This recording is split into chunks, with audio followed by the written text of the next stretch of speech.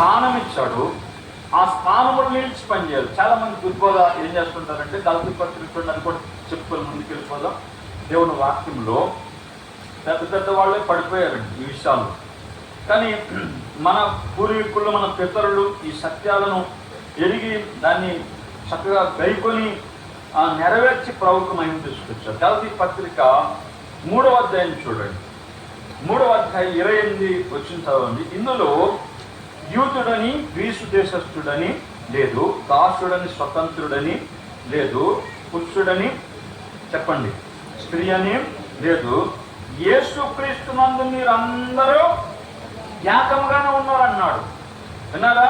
యూతుడని Greece దేశస్థుడని భేదము లేదు, దాసుడని స్వతంత్రుడని భేదము లేదు, పురుషుడని స్త్రీ అనేటువంటి భేదము లేదు. యేసుక్రీస్తునందరూ మీరందరూ ఎవరు చెప్పండి?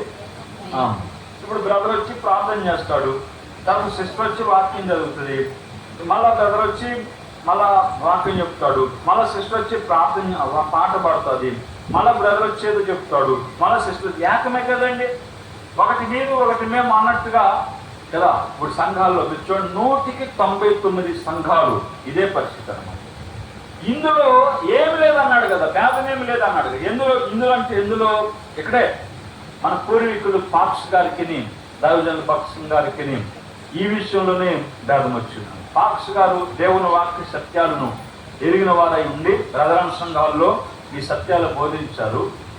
మరి దేవుని దాసులు భక్సింగ్ గారు ఇందులో భేదం లేదని చెప్పారు కదా అని స్త్రీలు కూడా స్తుతులు చెల్లించటము, ఆరాధించటము ఇట్లాగా మొదలు పెడితే అక్కడ వారికి విభేదం వచ్చిందన్నారు. మన పూర్వీకులు చెప్తారు పెద్దలు. ఇందులో అంటే ఎందులో చూడండి, 28 ఇందులో అన్నాడు కదా. ఇందులో అంటే అక్కడి నుంచి చదవాలి, కొద్దిగా పైనుంచి చదవాలా. 26 చూడండి, యేసుక్రీస్తునందు మీరందరూ విశ్వాసం వలన దేవుని కుమారుడు అన్నాడు. క్రీస్తు యేసులోనికి బాప్తిసం పొందిన మీరందరూ క్రీస్తును ధరించుకొని ఇందులో అన్నారు. అంటే 2 సంగతులు పైన చెప్పాడు. సువార్త ప్రకటించబడగా దేవుడు మానవుడు వచ్చే మానవాళి పాపములకు రక్తంగా వచ్చి ప్రాణం పెట్టి పునరుద్ధరణ తిరిగి వేస్తాడు. సువార్త ప్రకటించబడగా. సువార్త అందరైనా వచ్చా కొందరైనా? ఏమండి?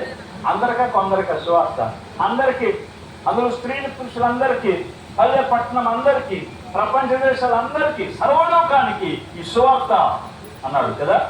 సర్వలోకానికి అన్నాడా, కొద్ది ఊళ్ళకి అన్నాడా? సువార్త అందరికీ. ఇప్పుడు యేసు ప్రభు వారిని అందరు నమ్మొచ్చా, కొందరే నమ్మాలా? ఇప్పుడు ఆలోచన చేయండి. అందరూ నమ్ముకోవచ్చు, దీనిని నమ్ముటకు అందరికీ ఆధారం ఉందన్నాడు కదా. అందరూ నమ్ముకోవచ్చు, అందరి కొరకు, మనుషులందరి కొరకు ఆయన చనిపోయాడు. పిల్లల మనుషులందరూ రక్షించబడాలని కోరిక కలిగి ఉన్నాడు కనుక మనుషులందరూ రక్షించబడవచ్చు, అందులో స్త్రీలు పురుషులు కూడా. 3వది, మరి బాప్తిస్మం ఎంతమంది పొందాలి? ఏమండి?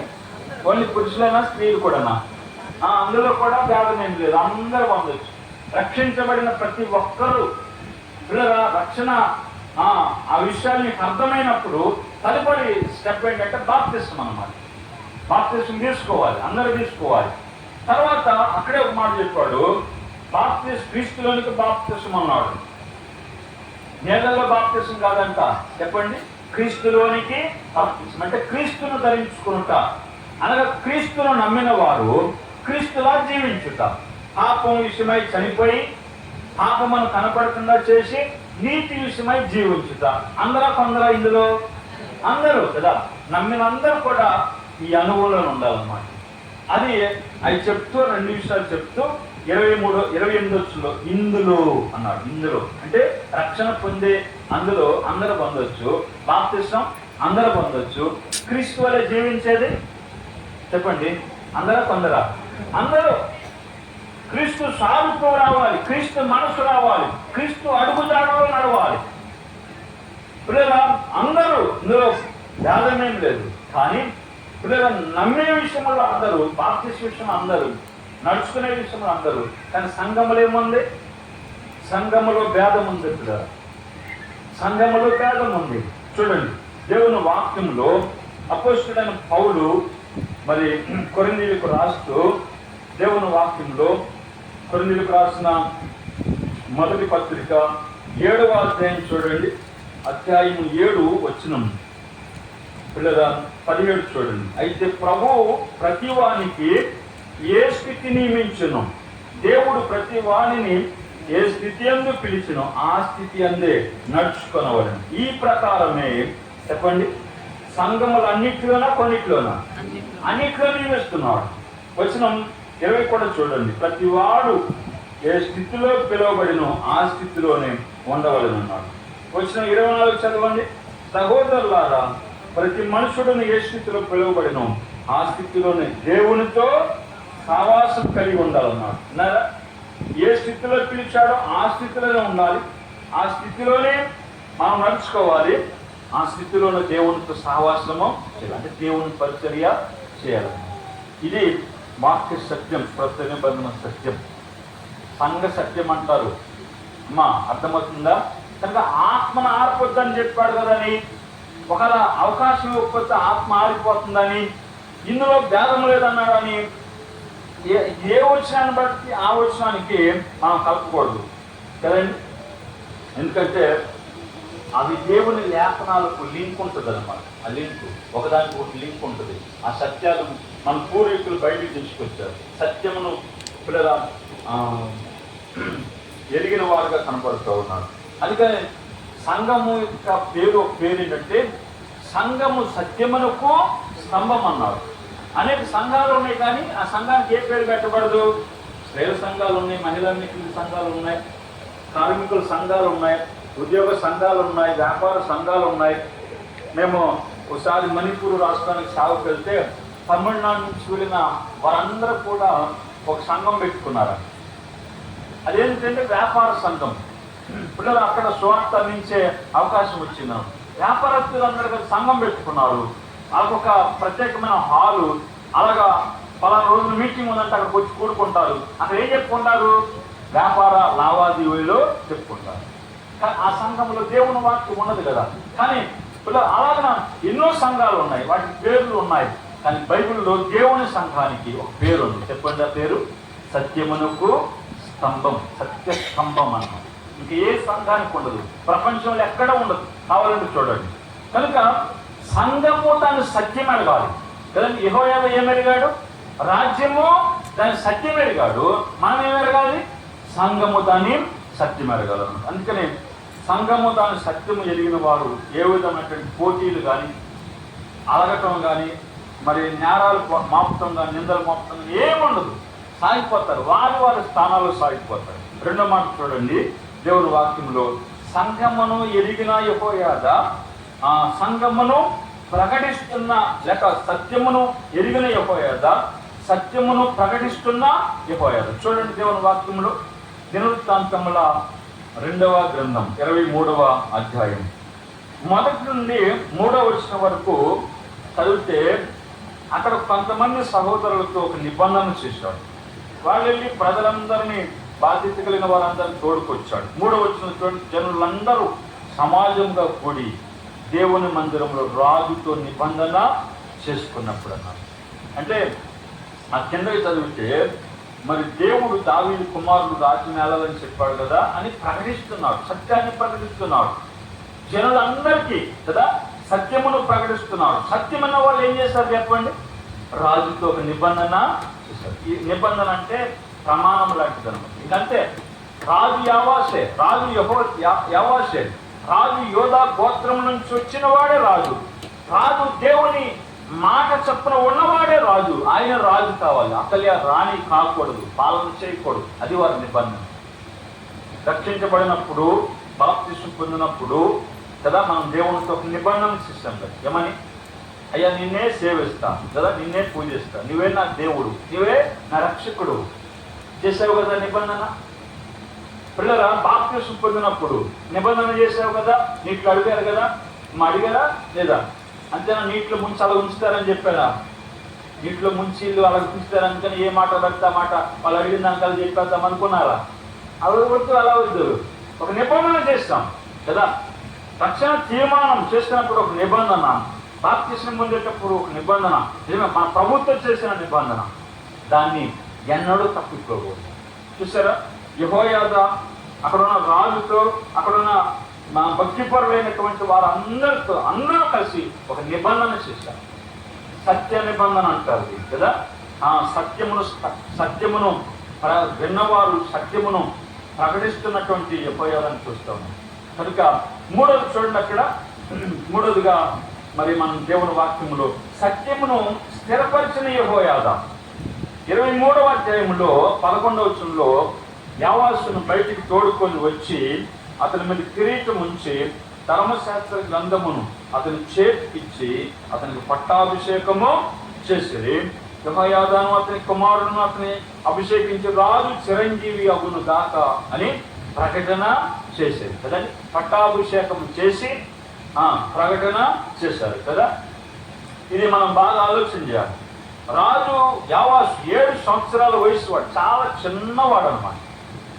చిన్నవాడైనా యూదా గోత్రానికి చెందినవాడు, చిన్నవాడైనా దేవుని యొక్క వాగ్దానంలో ఉన్నవాడు కదా. దావీదు నీ కుమారుడు రాజ్య పరిపాలన చేస్తారు దేవుడైతే చెప్పింది, దావీదేం కోరుకోలేదు కదా. దేవుడు చెప్పాడు, దేవుని వాగ్దానంలో ఉన్నవాడు విన్నారా.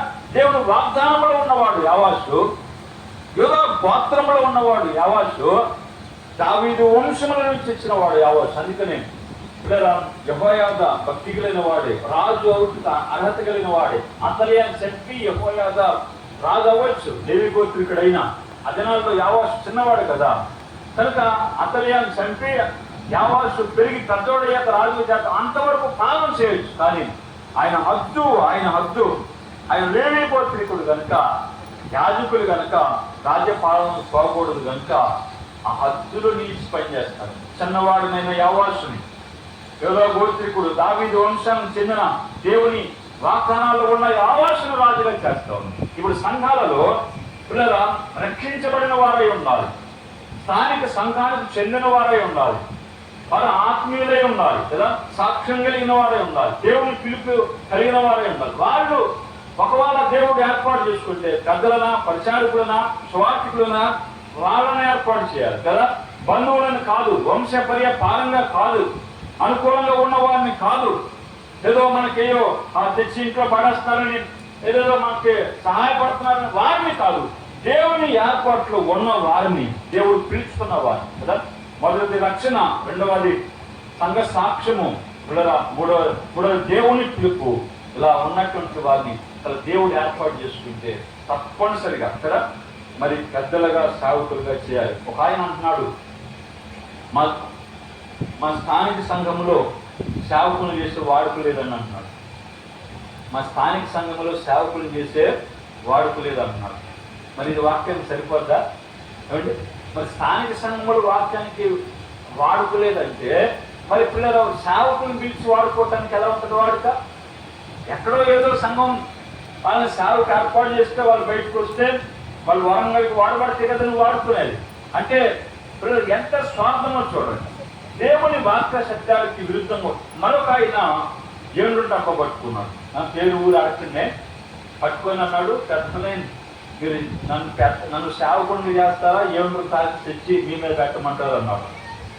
కాబట్టి 7 డబ్బా పట్టుకొని సేవకుడిగా చేస్తావా చేయవా అని పెద్దలని నిలదీస్తే ఏం చేస్తారు? బయట నిజమే చెప్తాడేమో, పాలెక్కల్లో ఉన్నారు, చేసేస్తే వదిలిపోతలే అని ఎవరైనా జైల్లో కూర్చుంటారని కూడా మొత్తం చేశారు. ఒక ఆయన బెదిరించి సేవకుడు అవుతాడు, ఒక ఆయన సేవకుడుగా చేయాలని తెలిసినా కానీ ఆ సంఘం పట్టించుకోదు. రెండు క్రీస్తు నాయకుడి మీదట లెక్కలుండి సుమా. కనుక దయచేసి వినండి.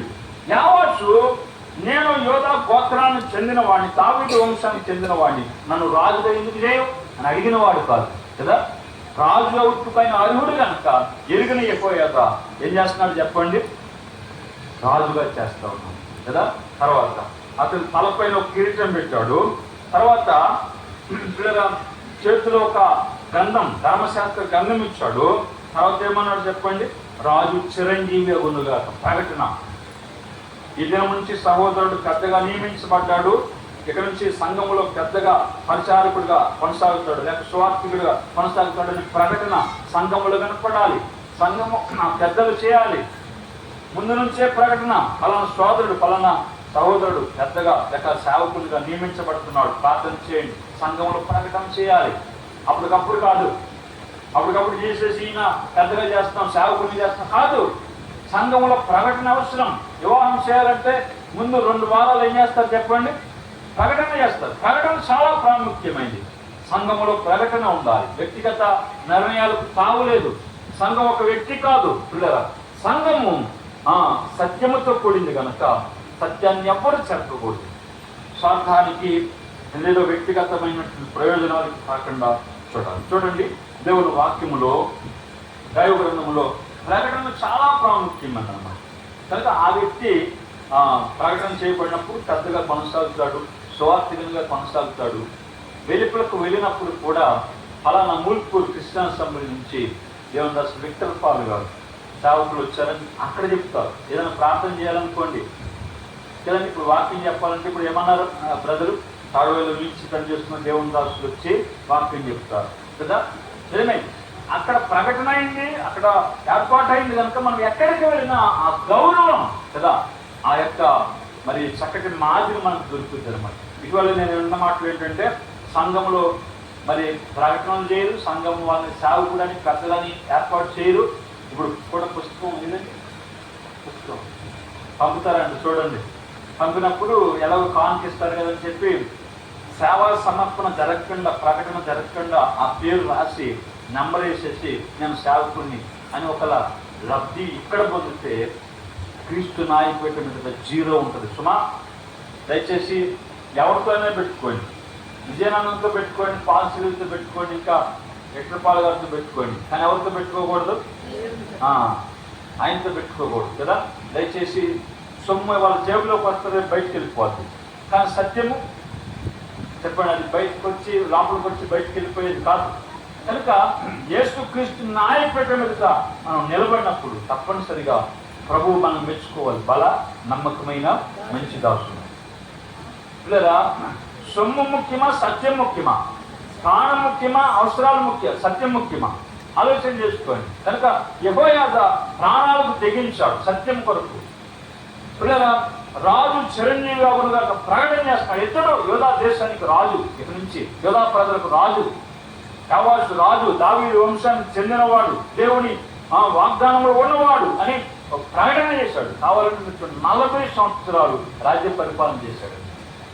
ప్రకటన అయిన తర్వాత చేశాడా, ప్రకటన లేకుండా చేశాడా? చెప్పండి. నియమించబడ్డ తర్వాత చేశాడా, నియమించబడకముందే చేశాడా? ఆలోచన చేయండి. మనం వింటున్న ఈ వాక్య సత్యాలు మనం మన జీవితంలో నెరవేర్పాలి. 1 సత్యం ఎరిగిన వాడు, 2 సత్యమును ప్రకటించిన వాడు, 3 సత్యమును స్థిరపరిచిన వాడు. మన దినాలలో సత్యం ఎరగాలి, సంఘము దాని సత్యము, 2 ఆ సత్యాన్ని ప్రకటించాలి, పాటించాలి కూడా. ఇలా ప్రకటించడం మాత్రమే కాదు, పాటించాలి. 3వదిగా మన దినాల్లో సత్యము చెప్పండి ఎలా ఉండాలి? స్థిరముగా. అంటే సంఘ సత్యము, దేవుని వాక్య సత్యము స్థిరంగా, మనం ప్రభువులో స్థిరముగా, సంఘములో స్థిరముగా ఉండి మనం ప్రభువుని సేవిద్దాం. దేవుడి మాటలు దీవించును గాక.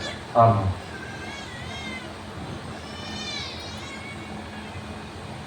యెహోయాదా జీవితంలో ఉన్న శ్రేష్టమైన అనుభవాలు. సత్యమును ఎరగాలి, సత్యమును ప్రకటించి సత్యం కొరకు నిలవాలి, సత్యంలోనే స్థిరపరచబడాలి మన జీవితం. ప్రభువుకు సాక్షులంగా భూలోకములో ఉంచినంత కాలం ప్రభువును కనపరుస్తూ, ఆయన పిలిచినప్పుడు లేదంటే ఆయన వచ్చినప్పుడు ఆయనతో ఉండే గొప్ప భాగ్యం మనందరం పొందుకోవాలి. వాక్యం అందించినటువంటి దేవుని సేవకులు విజయానందం గారికి సంఘం తరఫున వందనాలు తెలియజేస్తున్నాం. ఇక్కడ కూర్చున్న యవనస్తులందరూ మీరు లోపలికి వెళ్ళండి.